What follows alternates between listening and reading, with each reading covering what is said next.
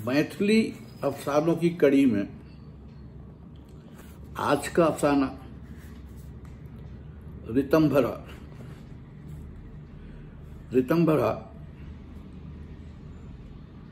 अफसाना निगार हैं नीरजा रेणु। आने वाले साल में अगर मेरा कलम मेरी कहानी की हीरोइन के बारे में पूछेगा कि निहायत ही नाजुक खूबसूरत आपकी सहेली कहाँ गई, तो मैं कहूंगी कि वो अपने बेटे के सुदर्शन पिता के साथ ऊंचे ऊंचे महल बनाने का सपना देखती है। ऊंचे महल, सपना, ये सब बहुत आउटडेटेड यानी पुराने अल्फाज हो गए। मुझे सही बात मैथिली में समझाइए। मैथिली के माने सीधी सादी, अपनी बात, अपनेपन की तरह। मैं डर जाती हूं। अपनापन किससे, क्यों, कैसे? और अगर मैं ये कहूं सीधे सादे अल्फाज में कि ऐ कलम, मेरी कहानी की हीरोइन आज सुबह में जब अपने शौहर से 50 रुपए एक ब्लाउज के लिए मांगी तो शौहर उसको ढेर सारे ताने देकर आखिर में बोले कि महीने के शुरू में क्यों नहीं कही जो 15 तारीख को ये बात कह रही हो। इतना कहते हुए जब खाने के लिए बैठे तो उबली हुई तरकारी देकर कहा लगाए, मैं तुम्हारी तरह बीमार नहीं, मेरे लिए ढंग की तरकारी क्यों नहीं बनती है? ऐसे खाने से तो 2 रोज में ही खाने से जी उचट जाएगा। मुजरिम के अंदाज में कहानी की हीरोइन तेल की शीशी लेती हुई कोई दूसरी तरकारी फ्राई करने के लिए रवाना होती है तो बड़े रूखे अंदाज में शौहर बोलते हैं, छोड़ो, मुझे इतनी फुर्सत है कि तुम फ्राई करोगी और मैं बैठूंगा। अरे मुझे नौकरी पर जाना है। एक लफ्ज में तंज व हकारत सुनती हुई हीरोइन का मुंह काला हो जाता है, ऐसे जैसे वो बैठी बिना मतलब की बूझ हो और शौहर काम करने वाला अजीम आदमी। माफ कीजिएगा, ऐसे जैसे वो बैठी बिना मतलब की बोझ हो और शौहर काम करने वाला अजीम आदमी। इतना सुनते ही मेरा कलम रूठ जाता है। छी, आप तो बेइज्जती करते हैं। एक जरा अच्छा खराब लफ्ज शौहर के मुंह से निकल ही गया तो इसको इतना खींचने की क्या जरूरत? पर्दा दीजिए, पर्दा। मैं पर्दा देना चाहती हूं। हद में रहना मुझे अच्छा लगता है तो ढक दूं इसके इस लम्हे को जब इसकी बेइज्जती हुई। इज्जत बेइज्जत मोहब्बत पे नहीं चलती है। यानी उसके दिल में एक जज्बा उठा, इसको लहर कह सकते हैं। अच्छा, यानी मोहब्बत एक नदी हुई और उसमें लहर या बहती हुई धार, लहर पर लहर उठती हुई। पूरे बावकार तरीके से मेरी हीरोइन शौहर को खाना खिला रही है। मुंह काला हो रहा है। शौहर का भी किसी दूसरी तरफ ध्यान है, यानी घड़ी की सुई पर। 9:15 हुए। अब 5 मिनट में वो खाना ना खाए या हाथ धोए, वक्त की रफ्तार चलती रहती है। एक टुकड़ा सुपारी वो बीवी के हाथ से लेकर कहीं रवाना होता है। बीवी के मुंह पर इत्मीनान दिखाई देता है। काला हुआ मुंह थोड़ा मुतमईन होता है। कपड़ा तार पर फैलाते वक्त कौवा कांव कांव करता है। उसको लगता है जैसे वो मुंह चिढ़ा रहा हो। पुरी कहते उसका हाथ उड़ जाता है, कौवा उड़ जाता है। मुझे देखने में अच्छा लगता है। क्यों? कुछ ऐसा क्यों? उसने कौवा को क्यों उड़ा दिया? वहां जब वो शौहर का रुखसत हुई थी उसी महानगर में, तब उसके दिल में एक रंगीन पंख लिए चिड़िया रही होगी। रंग बिरंग के चौराहे की रोशनी, लंबे चौड़े रास्ते, कुशादा मकान और शौहर की मजबूत बाहें, मुस्कुराता चेहरा और अब हाथ लगा। गली के किनारे का अंधेरा कमरा, छोटी सी अंगनाई, मसरूफ शौहर का चिल्लाना, राशन के लिए लाइन लगाना। उसके पेट में दर्द होने लगता है। डॉक्टर कहे हुए था कि चाय से पहले कुछ खा लेने के लिए। वो अब 10 बज रहे हैं। वो 2 बार चाय पी चुकी है मगर खा नहीं सकी। एक ही बार पानी जमा करना, ब्रश करना, शौहर का टिफिन तैयार करना, खाना बनाना, इतने में ही मुंह में कुछ देने का मौका कहाँ। लेकिन जल्दी जल्दी मुंह में बिस्किट की एक टुकड़ी रखती है। पानी पीकर अपना मुंह आईने में देखती है। मुंह काला हो रहा है। मैं बेइज्जत सी हो जाती हूँ। सोची थी कि मेरी कहानी की हीरोइन खूबसूरत, गोरी, खूबसूरत गाल, आम के फाटक की तरह आंखें, तिल के फूल सी नाक, मोर के पंख सी बालों वाली होगी। मगर वो अभी 20वीं बहार में काली हो रही है। मेरी कहानी बदसूरत हो जाएगी और आने वाला साल मुझ पर फिर हंसेगा, दूसरे साल की तरह हंस के पूछेगा, क्या हुआ? खूबसूरत कहानी लिखने बैठी थी। मैं चुप हो जाऊंगी। मैं कहानी की हीरोइन तब भी बोलेगी। वो शांत चुप कभी नहीं रहेगी। शाम होते होते वो शौहर का रास्ता देखेगी। शौहर देर से आते हैं। सबके शौहर 5:15 से 6 बजे तक घर आ जाते हैं। उसके शौहर 8 बजे से पहले कभी नहीं आते। वो बेचैन हो जाती है। शौहर के आने पर कभी चुप रहती है, कभी चिल्लाने लगती है, कभी रूठकर दूसरे कमरे में जाकर सो जाती है। मगर आज उसकी तबीयत अजीब तरह कर रही है। सर में चक्कर आ रहा है, मुंह में पानी भर आता है। वो आज इसी सब के लिए इतना तबाह नहीं है। बदन का दर्द औरत की जिंदगी का हिस्सा है। मगर आज वो चिल्लाकर झगड़ा नहीं कर सकती। झटक कर दूसरे कमरे में जाकर अपना गुस्सा जाहिर नहीं कर सकती।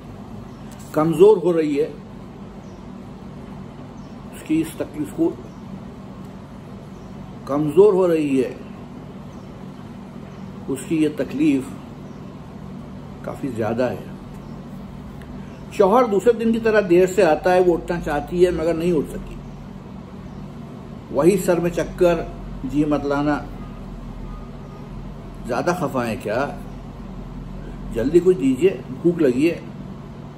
वो किसी तरह रोटी बनाती है। आज उससे झगड़ा भी नहीं किया जाता। कब आधी रात बीत गई वो समझेगी भी नहीं। सुबह में थोड़ा जाड़ा होगा। शौहर की बाह पर से अपना हाथ उठाना चाहेगी तो ज्यादा सस्ती मालूम होगी। लगता है जैसे कोई दबा कर सुला रहा है। और सास के मुंह से सुना सुबह का कोबर कान में गूंजने लगा। कोयली जय बोयली, हई अम्मा आमरे अमोलिया, भमर अबोले, बेट बांस। उसका बदन सिहर उठता है। ना चाहते वो बोल उठती है, आई डॉक्टर से दिखा ही लूंगी। मुझे उम्मीद नहीं है। क्या? शौहर ऊँघते हुए पूछेंगे। माँ को पोता की तमन्ना है कि पोती की? वो पूछेंगे। उसके होंठ काले हो जाएंगे, बदन पीला हो जाएगा। कहानी का हीरो मुस्कुराने लगेगा और कहानी की हीरोइन भूल जाएगी जो वो कहे हुए है। बदन सूख रहा है। बदन की बीमारी बढ़ी जा रही है। सांस का गीत दिल को हिलकोरे की तरह लहरा रहा है। कोयली जय बोलई, अम्मा आमरे अमोलिया, भमर अबोले, बट बांसी। और आने वाला साल मुझ पर फिर हंसेगा, दूसरे साल की तरह। मेरी कहानी की हीरोइन कभी खूबसूरत, सेहतमंद नहीं हो सकती है। दुबली पतली, दर्द से बेचैन बेचारी कहानी की हीरोइन। मैं फिर हार कर नए साल पर चुप रहूंगी। वजह कि सारे दिन कुर्ती मेरी कहानी की हीरोइन सुबह की कोयल की आवाज से खुश होगी, सास की आवाज से खुद फरामोश। कोयली जय बोलई बोलई जय अम्मा, वो अपनी कहानी कहने से पहले ही सब भूल जाती है। वक्त की रफ्तार तेज होगी, उसके घर में बच्चा बच्ची की आवाज़ फैलने लगेगी और खर्च के ज्यादती की वजह से तबाह रहेगी। शौहर जी जान से कमाएगा तभी मेरा ध्यान चला जाएगा शौहर के बेपनाह मेहनत, कम तनख्वाह, मालिक के मजालिम पर। उफ, अब तो मैं भी इन हालात पर फोकस करूंगी और बन जाऊंगी दलित जमात की नुमाइंदा और मार्क्सवादियों में मेरा नाम जोड़ा जाएगा। अब क्या चाहिए? मगर ये भी नहीं हुआ। मेरी कहानी की हीरोइन टोक रही है। मर्द पर बहुत से लोगों ने लिखा, जरा मुझ पर भी फोकस कीजिए। मैं अब काम करना चाहती हूँ, पढ़ी लिखी नहीं हूँ। हाँ, पढ़ी लिखी नहीं हूँ ज्यादा, मगर ब्लाउज बच्चों के सूट सिलकर अपनी आमदनी बढ़ा सकती हूँ। अच्छा देखिए कि क्या होता है। मैं हौसला अफजाई करती हुई कहूंगी, मेरी कहानी की हीरोइन अपनी आमदनी बढ़ाने लगती है। 200, 400 उसके सिले कपड़े मोहल्ले में मशहूर होते हैं। घर, बच्चा, सिलाई, वो जी जान से जुड़ जाती है। घर में 2 आदमी को कमाई आने लगती है और एक दिन को शौहर ऑफिस से आकर 1000 रुपये मांगेगा। वो पूछेगी तो कहेगा मेरे वालिद के अच्छे दोस्त और बुरे वक्तों के साथी के बेटे की फीस के लिए चाहिए। मेरी कहानी की हीरोइन रुपए नहीं देना चाहेगी, उसका शौहर जबरदस्ती रुपया निकाल कर भेज देगा अपने मजहबी भाई को। हो गया ना? भर दिन काम करे औरत और हुक्म चले मर्द का। अब मुझे दिखाई देगा औरतों का हो रहे जुल्म सितम। कलम चलने लगेगा, बेरोक टोक बड़े बड़े उसूलों, औरतों के निजात की आवाज। वाह रे वाह, मुझसा कोई मुंसिफ नहीं। इस औरत की निजात के जमाने में हमको समझाती हुई हमारी हीरोइन कहेगी कि यह तो जरूर है कि मेरी मेहनत की कीमत मेरे शौहर ने नहीं समझी, मेरी ख्वाहिश भी समझने की कोशिश न की। मगर आप इतना मत घबराइए, मैं समझा दूंगी तो मान जाएंगे। मुझे अपनी हीरोइन पर ताज्जुब मिला हुआ गुस्सा होगा। पूछूंगी, क्या जुल्म की मुखालफत करना आपका फर्ज नहीं है? मैं मुखालफत करूंगी, जरूर करूंगी, मगर इसको एक हालात समझिए। बहुत आसानी से बात समझाई जा सकती है, इसके लिए तो शोर मचाने की क्या जरूरत है। मुझे तकलीफ हुई तो उसके लिए सारी औरतों की बिरादरी को क्यों उसमें शामिल करूं? नहीं नहीं, हीरोइन तो जमाने जमाने से मर्दों के मजालिम, जुल्म नहीं सहेंगी। मगर ये जो मर्दों के खिलाफ आपकी आवाज है, ये घर तोड़ देगी। जो शौहर एक जालिम होता है वही एक वक्त आशिक, दूसरे वक्त साथी हो सकता है। अपने जज्बात को जाहिर करने के लिए साफ साफ कहेंगे, हम दिल ही दिल में कुड़ने का नाटक नहीं करेंगे हम। तो क्या आपके शौहर आपके जज्बात को समझ जाएंगे? मेरा सवाल। बिल्कुल। जिसों का मुझे देवी भगवती वगैरह कहकर मेरी बड़ाई बयान करने लगेंगे तो फखर से मैं खामोश न होकर अच्छी तरीके से कह दूंगी कि मैं खून और गोश्त की बनी हुई आदमी हूं और मुझे भूख और प्यास सब लगती है। भगवती की तरह न चुप रह सकती हूं, ना ही फूल और पानी से सैराब हो सकती हूं। इसीलिए मुझे अपने जज्बात पर सब्र और काबू रखने का काम अजीम कहलाने की लालच छोड़ देनी चाहिए। मैं हार मान जाऊंगी।